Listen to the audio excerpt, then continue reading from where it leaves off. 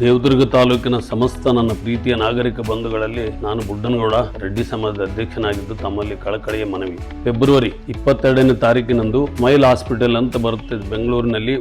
ವೈದ್ಯರು ವಿಶೇಷ ಪರಿಣಿತರು ಡಾಕ್ಟರ್ ಪರಮೇಶ್ವರ್ ಅವರಿಂದ ಅವರ ಅಮೃತ ತಂದೆ ಎಲ್ಲ ತಪಾಸಣೆ ಮಾಡಲಾಗುವುದು. ನಾನು ಕೂಡ ಅವರಲ್ಲಿ ಟ್ರೀಟ್ಮೆಂಟ್ ತಗೊಂಡಿದ್ದೀನಿ. ಒಳ್ಳೆ ಯಾವುದೇ ರೀತಿ ಸಮಸ್ಯೆ ಬಂದಿಲ್ಲ. ಆ ಕಾರಣದಿಂದ ಅವರು ಒಂದ್ಸಲ ನಂದು ಎಷ್ಟೋ ಜನ ಹಳ್ಳಿಯಲ್ಲಿ ಇಂಥದ್ರ ಉಪಯೋಗ ಪಡಲಾರದ ಸಂಕೋಚಪಟ್ಟು ಸಾಯ್ತಾ ಇದ್ದಾರೆ ಸರ್ ಅಂತ ನಾನು ಆ ಡಾಕ್ಟ್ರನ್ನ ಸಂಪರ್ಕಿಸಿ ಕೇಳಿದಾಗ, ಯಾಕೆ ಉಚಿತವಾಗಿ ನಮ್ಮಲ್ಲಿ ಬಂದು ಮಾಡಿರಿ ಸ್ವಲ್ಪ ದಯವಿಟ್ಟು ಅನ್ನೋದನ್ನು ರಿಕ್ವೆಸ್ಟ್ ಮಾಡ್ಕೊಂಡಾಗ ಸಂಪೂರ್ಣ ಅವರು ಮನೋ ಇದರಿಂದ ಒಪ್ಕೊಂಡು ದಿನಾಂಕ 22ರಂದು ದೇವದುರ್ಗಿನ ಮುರುಗಪ್ಪ ಸೌಕಾರ ಕಾಲೇಜಿನಲ್ಲಿ ಬಸ್ ಸ್ಟ್ಯಾಂಡ್ ಎದುರುಗಡೆನೆ ಕಾಲೇಜಿನಲ್ಲಿ ಈ ಕ್ಯಾಂಪು ಏರ್ಪಡಿಸಲಾಗಿದೆ.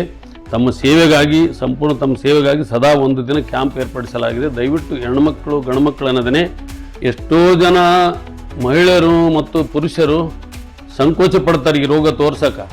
ನಾನು ಹೇಳ್ತೀನಲ್ವ, ಅತ್ಯಂತ ಪ್ರಸಿದ್ಧ ಡಾಕ್ಟರ್ ಪರಮೇಶ್ವರ್ ಅಂದರೆ ಪೈಲ್ಸ್ ಬಗ್ಗೆ ವಿಶೇಷವಾಗಿ ಮೂಲವಾದಿ ಪಿಸ್ತೂಲ್ ಬಗ್ಗೆ ಪ್ರಸಿದ್ಧ ಡಾಕ್ಟರ್ ವೈದ್ಯರಿದ್ದು ಈ ಕ್ಯಾಂಪಿನ ಸದುಪಯೋಗ ಪಡ್ಕೊಂಡು ಎಲ್ಲರೂ ಸಂಕೋಚ ಪಡೋದ್ರೆ ಸ್ತ್ರೀಯರೇ ಟ್ರೀಟ್ಮೆಂಟ್ ಕೊಡ್ತಾರೆ ಡಾಕ್ಟರ್ಗಳು.